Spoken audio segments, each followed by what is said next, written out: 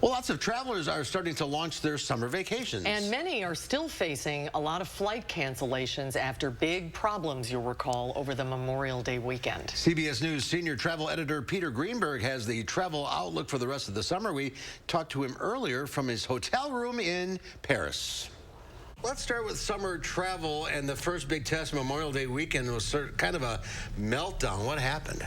Well, it was a meltdown. It was a perfect storm of overscheduling, understaffing, and then a little weather thrown in, and then all bets were off. But it's getting worse than that. It's not going to get better. We're going to see some more repetitions of what happened last weekend as we move through the rest of the summer, because the airlines had to come to grips with a severe pilot shortage that they haven't been able to fill.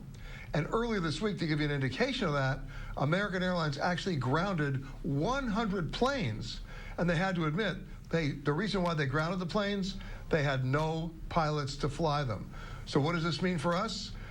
A more crowded summer if you get into a plane, fewer flights, and higher airfares, and that's probably going to extend through the middle of September. Oh, you're full of good news, Peter. Well, a lot of people are very worried about all of these recent cancellations. So if you have a trip coming up anytime this summer, is there anything you can do to minimize the chance of that happening to you? Well, you can at least get a little bit of a head start, and don't depend on the internet.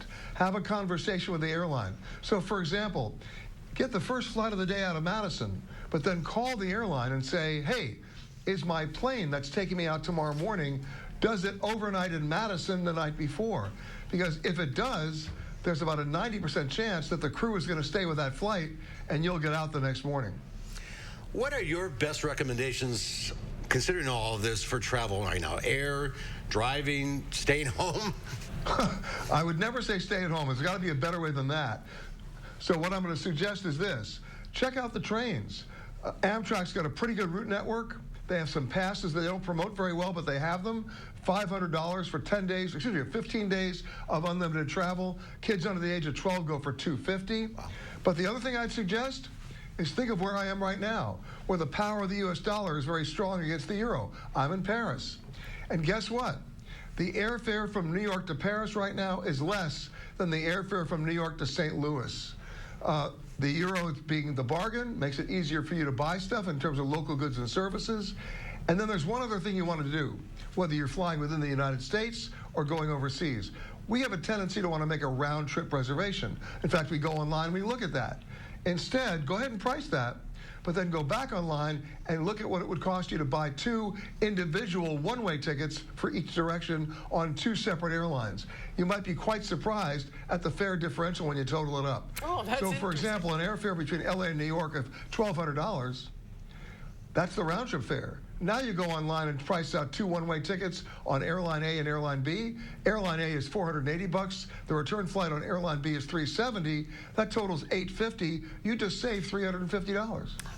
Very interesting. Great tip. Well, when should people book their trips if they haven't already?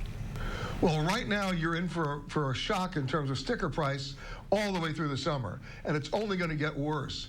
However, if you look at the forward booking projections, after about September 15th, it goes off a cliff. It plummets. And that's when you're going to see fares go from $1,200 to $250 round trip in many markets. So if you can wait till that magic month of September when the weather is still great, that's when you want to do it.